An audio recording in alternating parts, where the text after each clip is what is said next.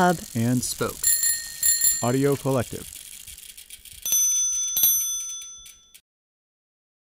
I think that the most interesting space, and I'm slightly biased about it because I had such a great experience working on the Rafa magazine, but I personally think that brand magazines can be one of the much more potentially exciting spaces for the industry, because I think that the right brand with the right kind of storytelling, it just often makes so much sense.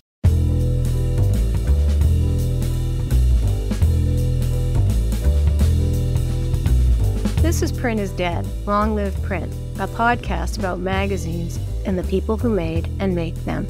I'm Deborah Bishop. I'm Patrick Mitchell. For the past 10 years or so, indie magazines have been booming.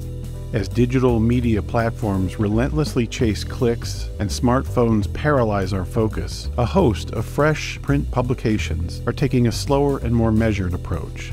Guided by the tenets of the slow media movement, this new breed of publishers focuses on correcting the pace of media creation and consumption in the digital age. They advocate for alternative ways of making and using media that are more intentional, longer lasting, better written and designed, more ethical, all delivered in a tactile, bespoke package. In this episode, you're going to encounter magazine brands you've never heard of: Avaunt, Flaneur, Mondial, Monocle, and Port. And one of the great success stories of the indie boom, Kinfolk. Born in Portland, Oregon in the early 20-teens with the tagline, "A Guide for Small Gatherings," the magazine was often referred to dismissively as Martha Stewart for millennials. But in recent years, Kinfolk, like its millennial stands, has grown up. The mag moved its offices to Copenhagen. They created a clothing brand, licensed local editions in South Korea, China, Japan, and Russia, published a series of coffee table books, and, in the ultimate act of adulting, launched a magazine for, quote, people with kids. But one of the best moves they made was hiring today's guest, the incredibly talented British designer Alex Hunting. Intentional or not, Hunting is a practitioner of slow design. His instinct for space allocation and pacing eliminates those outdated, overwhelming TLDR sections. His stunning magazine pages are subtle, spare, and expertly crafted, perfect for indie magazines, which is good because that's pretty much all he does. We'll talk to Alex about why, at age 35, he's so bullish on print, why his university experience didn't go as planned, and how a pair of mentors literally changed his life. And if all of this bores you, well, there's plenty of talk about houseplants.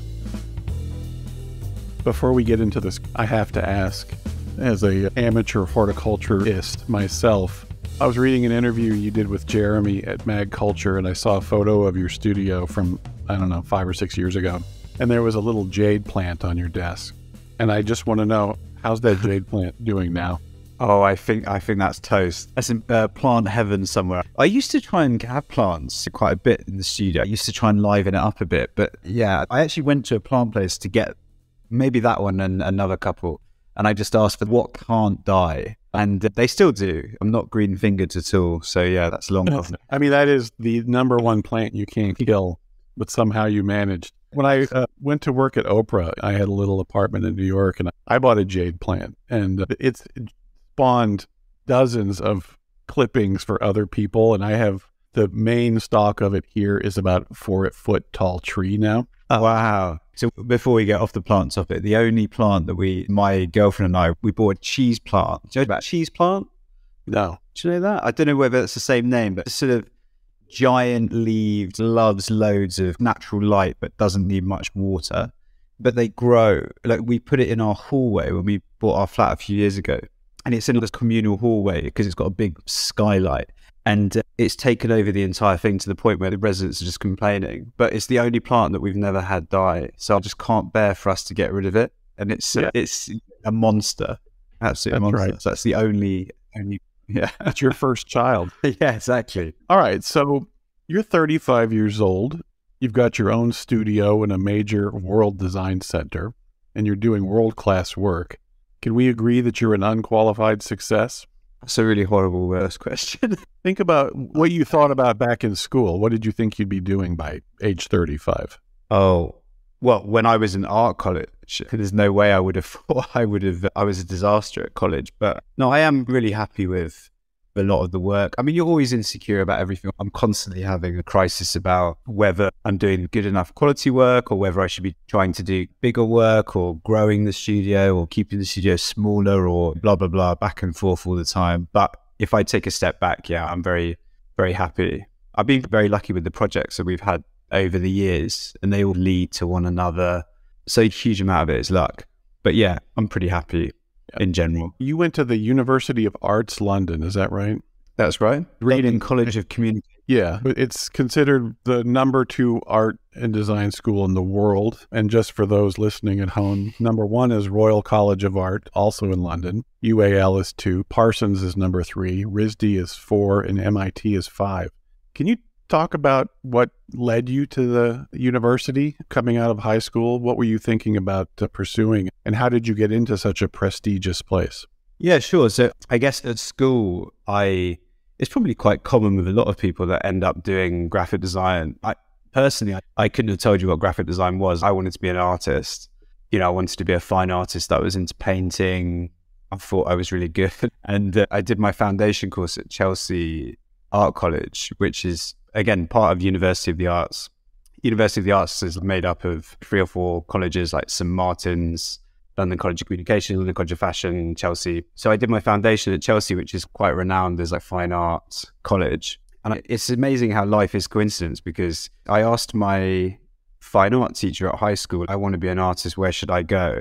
And he was an amazing guy, brilliant teacher, but bless him, I think he just basically told me his college that he had gone to, which was not necessarily the best place. So I could have easily ended up somewhere else. But there was a really good painter in the year above me who was going to Chelsea, and he was basically saying to me, you've got to go to University of the Arts or Slade or somewhere like that. So I went there, I applied, and luckily I got onto the foundation course. And then I just realized pretty much the moment I got there that there was no way that I was cut out to be an artist. I was surrounded by brilliant people that were actually amazing artists. And all I wanted to do was, I guess, sort of boring traditional painting, which is what I've been doing. I don't know what it's like in America, but high school, you start learning how to, I don't know, you're doing acrylics and then you're doing oil painting or you're doing whatever, and you're sort of life drawing, learning that stuff. And then I got to Chelsea and it was proper fine art. And the tutors were saying to me, turn that upside down and rip it up and that sort of thing. So I was a bit lost, really. I didn't do a huge amount of work as a result, and then got towards the end, and the end of your foundation, you've got to apply somewhere, you've got to decide what to do. And there was no way that I was going to do fine art. And I suddenly started panicking about thinking, oh, am I actually going to get a job with anything? And so I just got recommended by the tutors, well, you should think about graphic design. And the course at LCC had a pathway, which was graphic design illustration. And that sounded like a good compromise for me because it's a bit arty, but also a bit designy. So I went on to that. But again, I was pretty terrible at college. I sort of floated around for a couple of years. I didn't achieve a huge amount and that sort of thing.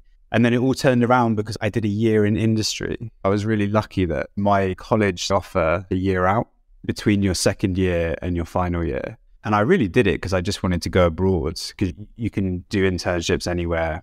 And I really wanted to spend the summer abroad somewhere, and I wasn't achieving much at college and panicking a bit. And I basically did a year of internships right bang in the middle of my degree. And it just totally changed everything for me, really. Like I suddenly got what graphic design was, suddenly understood what I should be doing, understood what I liked, and it just changed everything, really. Did you go abroad for these? So I did. The whole plan was to be able to go abroad. So I had one lined up that I wanted to do because I was desperate to go to Barcelona for the summer. But I did a couple in London. I did one at a studio called This Is Real Art, which is run by an amazing designer, Paul Belford. And I mean, I basically was just phoning up. I went to an interview, and I mean, my portfolio was just, looking back on it, it's just amazing. It was just appalling, the quality of stuff. And I just kept basically phoning up, and eventually he just relented and let me come in. And I had an amazing senior designer, a guy called Sam, who I was sat next to, who just basically held my hand for 3 months and gave me a bit of confidence and told me what I should be doing. And then my next one was with Jeremy Leslie. I think you must know quite well through the magazine world, right? Yeah. Yeah. So he used to do a magazine design conference called Colophon, which was in Luxembourg, which is just like a massive indie magazine festival. And they were doing a book to celebrate the festival. called We Make Magazines. And it's basically a massive book about all of the independent magazines that you could think of. And I wasn't really into editorial design particularly. I wasn't into anything, but I quite liked book design. And basically the internship was just to help design this book. And it was me and a guy called Lars, who was at my college as well, who were helping design it. And it just completely opened my eyes to this amazing, incredible world of independent mags. Bonkers, absolutely bonkers sort of stuff. So it was a real eye-opener. And from then forward, I was just really motivated. It pushed me a lot in that direction, actually, towards editorial design. So I owe basically a huge amount to that year in industry. But in terms of this college education in general, I think because I was a bit lost, I didn't have the best experience.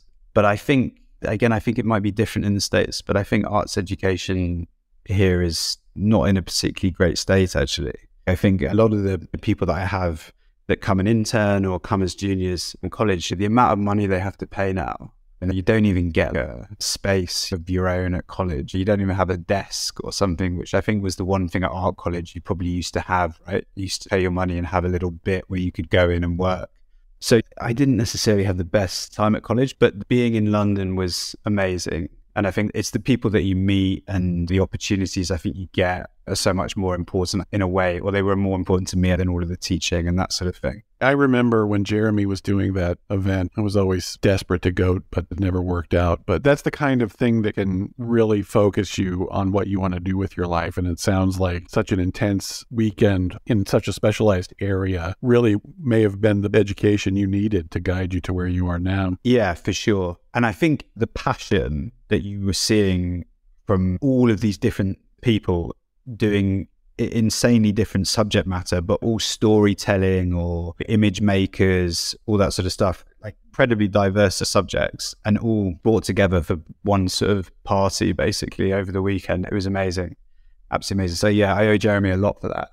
It was really, really eye-opening, and it really focused me so much to the point where, as I say, I hadn't been achieving much, hadn't been doing very well in my degree, all that sort of stuff. But I came back into the final year and I just got it, really. Finally understood graphic design. I'd learned a lot from people in the industry and knew what I wanted to do more, the sort of studios that I was looking at, all that sort of thing. So yeah, it was all really from there. So it was very lucky that I wanted to go to Barcelona for the summer. In your college, did you get any education at all on the entrepreneur aspect of launching your own career? Did they teach you any of the skills to run your own business? I probably didn't go to it, to be honest with you. I'm sure that they do those things. There are probably those electives, there are probably those talks, there are probably those things, but I just was disillusioned with the whole thing. I was having a good time, but, I wasn't, so I'm sure they do, but I wasn't really thinking about that. I certainly didn't think I'd be setting up my own business. I certainly didn't think I was going to run a studio or anything like that. It wouldn't remotely cross my mind. I'd enjoyed interning so much that I just thought, when I leave, I'll just go and try and get a job at someone, work there forever. It'll be best time. It'll be a lovely time. I think most people would agree it takes balls to go out on your own, to get space, to get clients and all that. Did you grow up in a family with entrepreneurs? My dad has run his own business pretty much his entire career. And I think you do get a little bit of that. I mean, you see the bad stuff as well, I guess. You see times when you're flush and times when you're not and that sort of thing. So I think there's a good work ethic from seeing that, being around that, which I think I have always had, obviously apart from being at college, but once you're focused on your own thing. Was he passionate about what he did? Yeah. He always says to me that he fell into what he did because he was a little bit lost. He's a surveyor. He ran a chartered surveying business, but he really enjoys his job because he's out and about and he's meeting people and he's built a business. It's very social, employs lots of people, and he's a good boss. So yeah, I think he definitely enjoys it. I don't think it's a passion in the way, I always forget, and I think it's amazing how lucky, whenever I think it's awful and work is hard, we are just like the very, very minority of people that are really passionate, that their hobby is almost their job. That is a huge privilege to have. There's a lot of talented designers. but there's not a lot of designers who have whatever that missing trait is that allows them to have the confidence to just open their own place. And I've met some amazing people who have just failed miserably as our business falls apart around us, who have been forced to go out and try to start their own business, and they just can't function outside of a corporate structure. But you did, and look at what you've done with yourself. So let me ask you, I know you worked a couple places before you launched your studio. But when you did, what were the challenges? Did you open your door with clients already in hand, or did you have to start hitting the pavement looking for work? I was doing some freelancey sort of bits and pieces. I think like everyone, you start freelancing and then get to a point where it sort of naturally becomes like a business and you need help on projects. So it becomes a business. But what did I start with? So I was really lucky that I was doing some freelance work for the International New York Times, the opinion section. Before it was the International Herald Tribune, and then it became the International New York Times, and they were looking for a London-based freelance part-time art director. And that was amazing as an opportunity because it was only part-time, but I had some regular, do you know what I mean, kind of income while I could do other projects. And obviously when you're starting out, your fees are so low for the projects that you want to do because you're in that constant struggle of wanting to do great work to try and attract more work. But, you know, that great work you're getting just pays so poorly. So I was lucky in that sense that I had a bit of that buffer, and that's gave me a bit of space to be able to start the business really. But I do think that editorial design is actually quite it's like a good part of graphic design in a way to start a small business because by its very nature, it's regular work. So if you get a magazine contract, whether that's quarterly or monthly, biannual, or that's when you get those coming in, you can plan, you know that you've got X amount of work lined up. And obviously it depends how many of those contracts you've got. But as opposed to if you're just going out and trying to get, say, branding projects or that sort of thing, it's not necessarily as easy. So I've always thought editorial design is quite good like that. And I was quite lucky that relatively early on, I started freelancing. I was working with Matt Willey on a magazine called Avaunt. And then after that, the first bigger, great project that my studio started doing was we were doing Rafa's magazine, Mondial. And then quite soon after that, we started doing Kinfolk. And those were biannual or quarterly magazines. And so even that, as a start, you just know that there's X amount of money coming in. And off the back of that, it's all grew from there, really going out and getting clients from there. We'll be right back. Print is Dead is made possible with the support of Mag Culture. Read our online journal, listen to our podcast, and visit our shop to discover why we're convinced print is very much alive. All available at magculture.com. When I look at your work, which is really just stunning, I find it fascinating that someone with your talent has somehow avoided working for the big brand name magazines.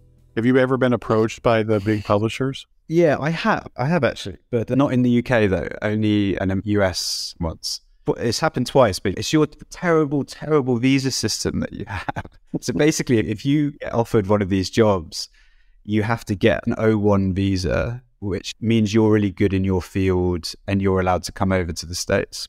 But if you have a girlfriend or a wife or anything like that, your wife is not allowed to work under that visa. So my girlfriend, who's got a very successful career of her own, they're not really decisions that you can just make on your own, sadly. But it's never happened. I'm not sure how well I would do. I don't mean that I get bored, but I do really like working on lots of different things. So if Condé Nast Hurst called you tomorrow with a great offer and no visa problems, with a job in the States, would that be tempting? What's the title? What's the Condé Nast title? Vanity Fair. Oh, yeah. I mean, yeah, Vanity Fair or Wired or something like that. It'd be ridiculously flattering and it would never happen. But I'd definitely have to think about it. No, I was obsessed with the idea of working in New York, and I love New York. And every time I go there, I just always think, God, I'd love to live here and work here. You mentioned Matt Willey, who people know from the New York Times Magazine and had some great success there, is now a partner at Pentagram in New York. What would you do if Pentagram called you tomorrow? Again, no visa issues, with an invitation to join them as a partner in London or New York. Yeah, of course. I always think it's such a designer's thing. It's the most flattering thing you could be asked to do in our industry, isn't it? Because it's a history and all the partners that have gone before. I also love the idea that it's just all those individual teams. I love it. You build your own little pod. And I kind of love, I don't know what it's like on the inside, but I like the idea that it's quite dog eat dog. Like you've got to hold up your end of the bargain when you're sitting around the end of year meeting or whatever. And this Michael Beirut's brought in MasterCard or something. And you're like, oh shit. Well, that is the thing. From what I understand, what separates the people who make it there from those who don't is that ability to not only bring in business, but handle the pressure of being responsible for bringing in business in addition to doing great work. Yeah. Yeah, no, I bet. The whole business, it's a whole nother equation, isn't it? And it's the size of those brands, isn't it?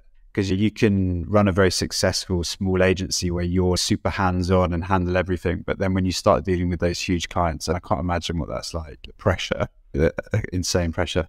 But yes, I would obviously, that'd be amazing. Amazing. I remember reading Vince Frost's book. I don't know if you read it, but he was like the youngest ever Pentagram partner.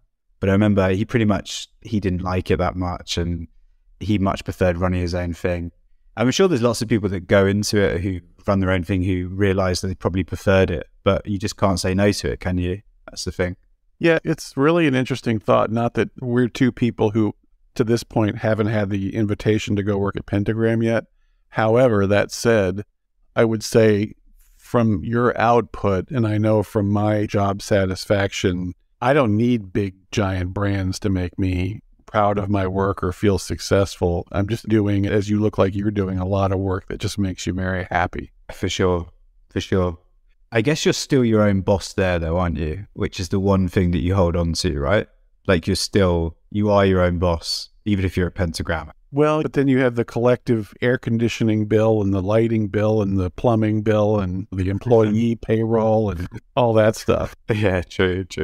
All right, let me shift gears a little bit. You talked about Matt Willey and Jeremy Leslie, two noted important magazine designers and thinkers and makers. Along those lines, when I was at Fast Company, we used to talk about the value of having mentors. We used to call it your personal board of directors. Who's on your board? Who do you turn to for advice? I speak a lot with a pal of mine, Charlie, who I went to college with. He's a brilliant designer. He was a design director or motion director for Design Studio, like the big London branding agency. But anyway, at college, he was always just brilliant designer. We're super good friends. And I've always really, really trusted his opinion. And he doesn't work in editorial design at all, but he's just got really impeccable taste. So I speak to Charlie a lot about the stuff. I'm good mates with a guy called Kushar Swara. He was the art director of Port. He's founded Port with Matt Willey. And he's the creative director of The Telegraph now, which is one of our national newspapers. He's an amazing editorial designer. I speak a lot with him. And then I run a lot of stuff past my girlfriend, who again, not a designer, but she's a set designer. I do think it's super important to do that stuff, particularly because I do run my own thing and because I've been doing my own studio for quite a long time now. I did work for a couple of places, but it was only for a few years, really. So it is important to get outside of that, I think, to not think that you know it all or have to have all the answers. Yeah, definitely. I've got a few mates that I'm sure it's the same in the States. There's a little London sort of a bit of a editorial design scene. Like we go to, Type Tuesdays, iMagazine do a lot of talks and there's a lot of things you go to and know quite a few people there. So there's a lot of magazine people I chat to about things. I do think it's important. And the mentor thing was massive for me. As I said, I owe Jeremy a huge amount for pointing me in that direction. Matt as well. I learned so much from Matt. I didn't even work with him for very long at all. I interned with his old studio, Studio 8, just after I'd graduated. And Matt was only there briefly because he was working at Frost. He was doing a kind of, not sabbatical, but Vince had asked him if he wanted to be a creative director there for a bit. So he was only in the studio for a little bit. But we worked on a magazine called You Can Now, which was the magazine that the first studio I worked for published. And Matt did the initial design. And then I did a couple of the subsequent issues. So I worked with him on it. And you just learn so much from seeing someone like that up close, just how they do layout after layout after layout after layout to get to something that's great. And particularly people that have got a lot of time and patience for you, which Matt always did. So yeah, I owe him a hell of a lot. I think it's really important, the mentor thing. Who's on your team at your studio? Are you a solo act? At the moment, there's only me and 2 others, but they're pretty much always freelance. Like, not freelance, but it's normally like 3-month or 6-month contracts.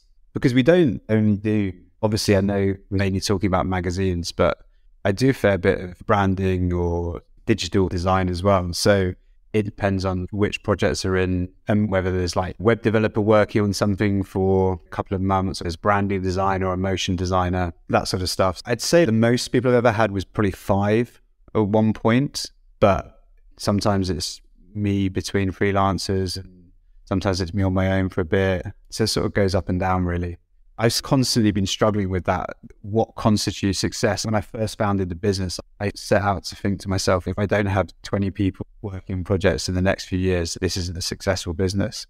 And I'm very much fallen away from that idea now. But it's constantly thinking about, are we doing the right work? Do we want to grow the studio? Does that mean we're doing better work, or does that just mean we're doing more work? I don't know. I think it's a bit of a struggle really. But everyone probably goes through that. What type of work to do to fund staff and whether you need a bigger space and all that stuff. I don't want to get too nitty gritty, but I do want to ask, say a new magazine comes in, what's your process for producing? So it's a brand new design, doesn't exist. You've got to create a redesign and launch an issue. Can you touch on the bullet point process that you go through to get a new magazine up and running? Initially, it's all type. It's like type research, basically. And sometimes when something comes in, you can just see it in your head. You think, oh, it should be like that. And you think of references and all that sort of thing. I try not to look online huge amount. I've got loads and loads of old archive mags and 60s, 70s, 80s, 90s, all sorts of mags. But the process, I guess, type pairings is the thing that I think about, which I guess everyone does. What's going to give it character? What's going to give it its identity? What are those elements? I'm thinking more in terms of working with the clients. Do you find that your portfolio helps you fly through the presentation process a little more easily than it might in a design studio? Do your relationships come in where you have an understanding that you're not going to have to go through round after round after round and show option after option after option of look and feel? Does it go that way, or more organically and more fluidly? Most of the time, clients that approach us, they approach us because of something that we've done. And so you can pretty much gauge pretty confidently where something should be in its visual direction.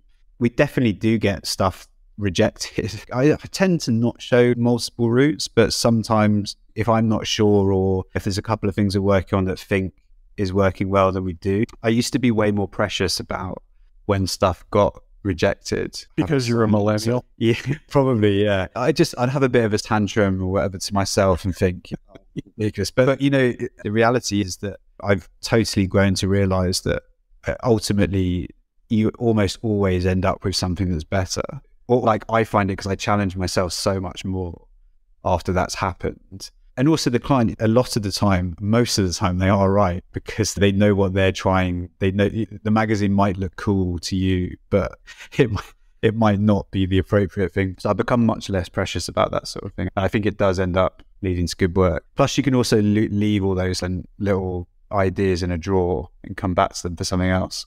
Do you find yourself getting involved in editorial conceptualization in terms of like creating new departments or branding departments, naming things? Do you do all of that stuff too? Yeah, in terms of formats and that sort of thing, totally depends on the magazine. If we're doing something from scratch, we're often creating packages around how we can best show this sort of imagery, and this would go well with this sort of shorter storytelling, or this section's like bittier stuff, or all that sort of thing. If it's a magazine from scratch, we tend to do a bit of that. Not lots of it, but a lot of the clients that we have are normally really great, and they're often asking, they're really design conscious. A lot of them, they want the design to be as good as it can. They want the design to help inform how some of those a lot of those formats are going to be. So yeah, we do a bit of it. I'd like to do more of that. We'll be right back. Print is Dead is made possible by the support of the Society of Publication Designers. The SPD powers the future of visual storytelling, setting the standard for editorial excellence and shaping the future of visual culture. For more information, visit spd.org. We're going to shift a little bit now. I want to talk about Kinfolk. You've worked a lot with the people at Kinfolk. How did that relationship begin? I got approached by Nathan Williams, who's the founder. He got in touch with me in, I think it's 2016, something like that. And he didn't actually get in touch with me about Kinfolk. So he's the founder of Kinfolk, and Kinfolk was initially based in Portland, and it was a massive US success story in the indie world when they moved their headquarters to Copenhagen, Denmark. And it was a kind of slight repositioning the magazine and the company around being a bit more of an international design audience, as opposed to necessarily just like West Coast, slow living kind of vibe. And they were going to start a new magazine alongside Kinfolk, which was an interiors mag. And Nathan had seen what I'd done with the Rafa magazine, which is funny because it's not particularly interiorsy, but he'd obviously liked something in the design. And he asked me to come over to Denmark and meet him and have a chat about it. And so I started working on the concept for this new magazine and loved it. It was really great, really got into the process. Anyway, I remember we were quite deep into it, and he just sort of sent me an email one day saying, yeah, we're not going to do it. We're not going to do it, but would you be interested in redesigning Kinfolk? So yeah, obviously jumped at the chance to do it. And it's actually a shame that the mag didn't happen, because it's one of those ones which I was so happy with the design, you know, the initial mag we were working on. And actually redesigning Kinfolk was a much more difficult challenge because of the baggage that comes with it, basically. So it started there. And I did the initial redesign in 2016 and then redesigned it again beginning of last year, maybe, or just a bit before. And it's been an amazing, I guess it's been 6 years really. And they're just the loveliest team, amazing editor, just a whole amazing team, the kindest, nicest people. I mean, actually out of every magazine I've been involved in anywhere, it's the most organized, slickest operation I've ever experienced. So yeah, it's great. Nathan is no longer with Kinfolk, right?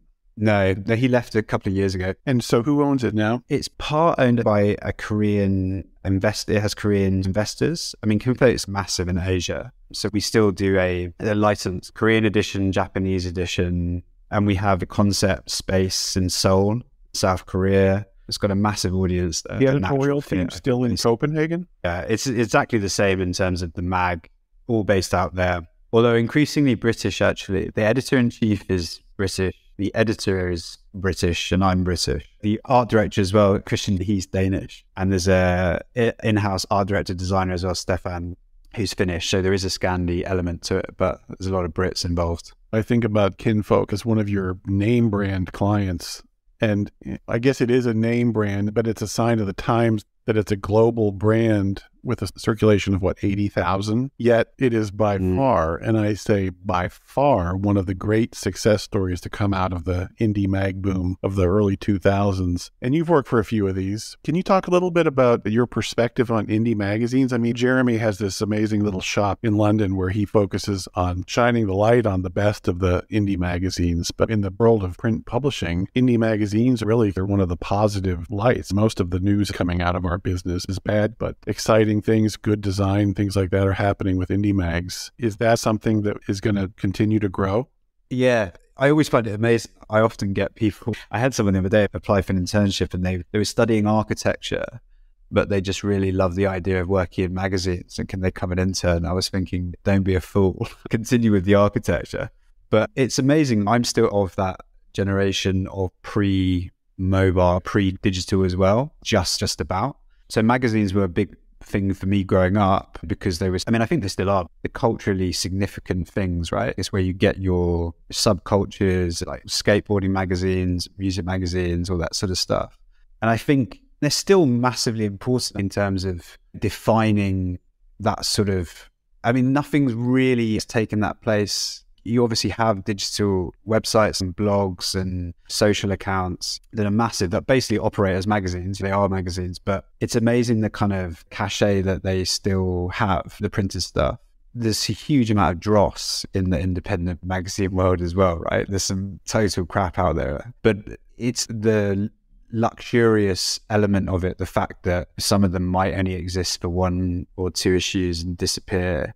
In a way, that's what makes a lot of it exciting, right? Because basically people do what they want, and sometimes they get picked up and lots of people read them, and a lot of the time people don't, but they still have a sort of a purpose, don't they? And I guess most of that was a reaction against the fact that the newsstands, just that whole world has just been falling apart. They tend to spend a lot of money on paper and printing. And it's funny because when you walk into a newsstand that has a lot of indie magazines, you would think that design is going to be a real big part of it. And I've tried to figure out what's really happening there, because you open them up and the design suddenly isn't that great. There's a lot of white space. It's very precious. It's small titles and centered text. They look like books. They've got nice photography, but there's no editorial design once you get past the cover. And I don't know if Monocle is considered an indie mag. I guess it's not from a big magazine publisher, but I tend to think of Kinfolk and Monocle as 2 success stories of magazines that started in non-traditional ways, and also, ironically, both supported by Asian partners. Nikkei owns part of Monocle, and as you said, a Korean company owns a big chunk of Kinfolk, or all of Kinfolk. I totally agree with the design thing. I think a lot of it is because in all those indie mags, there's so many editors. They've always been a space for writers, right? So, the literary types, I just say there's a whole creative space of people desperate to start magazines that aren't designers. I'm always amazed by that. Obviously, there's loads of magazines which they just put together by people. So some of the content might actually be great, but it's not guided by a designer. I think that the most interesting space, and I'm slightly biased about it because I had such a great experience working on the Rafa magazine. But I personally think that the brand magazines can be one of the much more potentially exciting spaces for the industry. I really believe that, because I think that the right brand with the right kind of storytelling, it just often makes so much sense, because so much of the problems with newsstand magazines is like this advertiser, that advertiser, this person's got to be on the cover, all this sort of stuff. And so much of that stuff goes out the window for brand magazines, because it's essentially just a marketing expense for the company. They can spend quite a lot of money on it. But if the brand's great and the brand's got good values and it's got amazing editors and amazing designers, I think lots of brands can see the value in it, and it shows you it's still 100% has that. It's often the high point of a brand's editorial output, isn't it? It still is that physical thing. So I think that's a relatively exciting space still, because there's often, if it's like a particular kind of brand. So obviously with Rafa magazine's a cycling magazine, but I had a brilliant editor, amazing in-house art director in Jack Saunders. It's just an incredible creative mind to work on. And so the storytelling around cycling was so exciting. The sort of stories you would never see in a traditional cycling magazine, but brought to life with amazing attention to detail in terms of the production, the photography, all this sort of stuff, because the vision of the company is great. And there's plenty of brands out there that you could see that could be an amazing thing, And they wouldn't have the pressure. Like a Hearst launches a magazine, well, that means it's got to come out monthly and it's got to get a certain number of readers and a certain number of advertisers and become a business. Rafa can decide to do a magazine because it's a great format for a certain thing and do 6 issues and call it a day. And it's a success. Exactly. So yeah, I love the indie mag scene, and I think it's brilliant. And I guess that's why I'm still doing what I'm doing, really. As I say, it's from going to that independent magazine festival all those years ago. So yeah, I love it. And I'm still amazed. I keep thinking it's going to die down, really, but it's just constant, isn't it? New titles. I think it will die down because printing has just gone completely insane. The cost of printing is just this next level now. But then I guess digitally, there's always ways around it. I'm sure people will find a way to keep publishing stuff. Has your relationship with Kinfolk led to more work? Yeah, definitely. I mean, people have approached me just because of working on that title. It's also led to some really nice, I've got a few Danish lifestyle-y clients, furniture or homeware, that sort of stuff that's in that world, and that Copenhagen little bubble. So yeah, it's definitely led to stuff. And we've also done another mag with Kinfolk as well. I've worked on a couple of the books and all sorts of stuff like that. It's been a really fruitful relationship. So you get a lot of work from word of mouth. Do you do actual biz development to get new work, or do you not need to do that? Yeah, I've definitely done it over the years. I think the hit ratio has got to be under 5% or something. I used to do these really big send outs where I'd send a fresh issue of every best thing that we'd done to the marketing director or the so-and-so of loads of particularly niche companies you really wanted to work for. I think once it worked, I think. And I try and get in front of people, like I do try and meet people, but I'd say the vast majority is word of mouth, or not necessarily word of mouth. It's just you do a project, someone sees it, they like it, they want something like that, they get in touch. So I do a bit. It's probably 20% new business, I guess 80% word of mouth. But often that means work dries up. Well, I can relate. It's almost impossible to be an effective business development person as the person who also has to do all the work that you get. That's definitely the job that I need, really, that I do need to hire. Much more kind of project management, new business type of job. I've been thinking that for so long. It's such the key part of the business. My dad used to always say that. He said you should always be spending 25% of your time at least on generating new business. And what percentage do you spend? Definitely not that. Definitely not. 2%, 3%.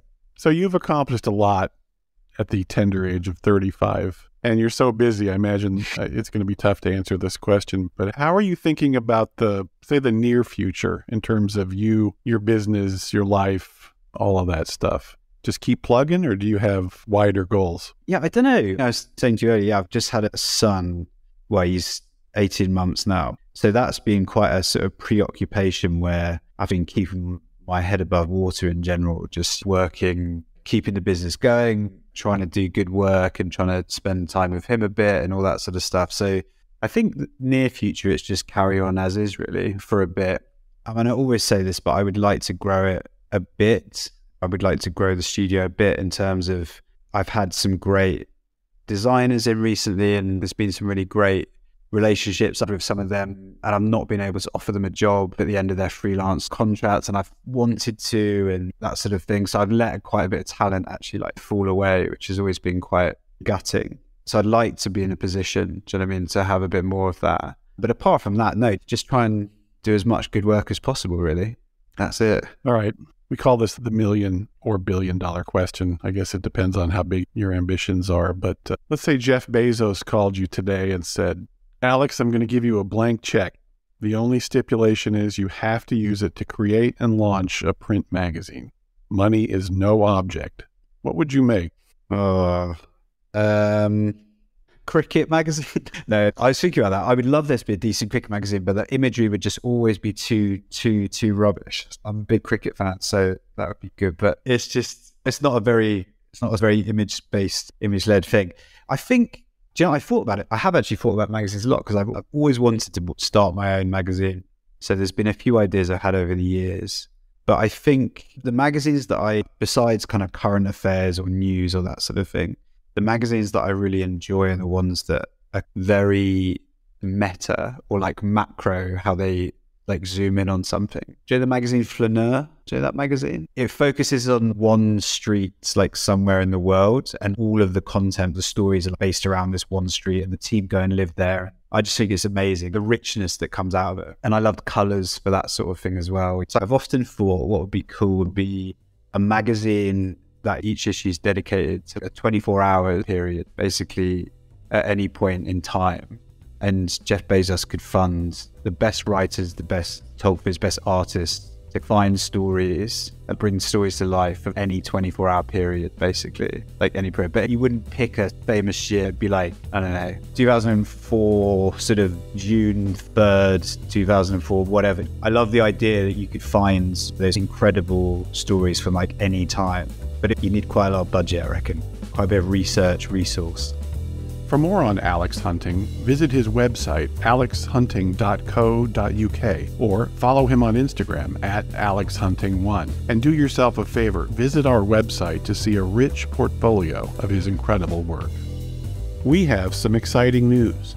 Print is Dead, Long Live Print has joined Hub and Spoke Audio Collective, a nonprofit association of audio storytellers dedicated to promoting and sustaining high-quality, independent podcasting, including Iconography, a podcast about the iconic places, objects, and legends that define our culture, from master storyteller Charles Gustine. Most recently, Charles has been telling listeners about the real New England locations that served as the inspiration for the fictional Amity Island in the classic Steven Spielberg film Jaws. Learn more at iconographypodcast.com or wherever you get your podcasts. And learn more about Hub and Spoke at hubspokeaudio.org. If you'd like to connect more deeply with our guests, be sure to visit our website, where we have complete transcripts of all our interviews, along with portfolios, archival photos, links, and other great information. Visit longliveprint.co/interviews for more. In other news, we've got swag. Yep, you can get Print is Dead merch on our site at longliveprint.co/shop. All purchases go directly to supporting the podcast. Check back often. We're adding new stuff all the time. And finally, make sure you subscribe to our newsletter by using the form on our homepage. It's the best way to stay up to date on all of the Print is Dead news and to receive advance notice on the latest episodes. Your contributions are the lifeblood of this podcast. Here's how you can support us in this work. 1. Become a sustaining patron by making a monthly donation. Or 2. Make a one-time donation in the amount that works best for you. Visit printisdead.co/support for more information. Print is Dead, Long Live Print is a production of Modus Operandi Design. For more information, visit our website, printisdead.co. Or if you're an optimist, longliveprint.co. Follow us on social media at PrintIsDeadPod. Please give us a like and a review on your favorite podcast app. It really helps. Thanks very much for listening.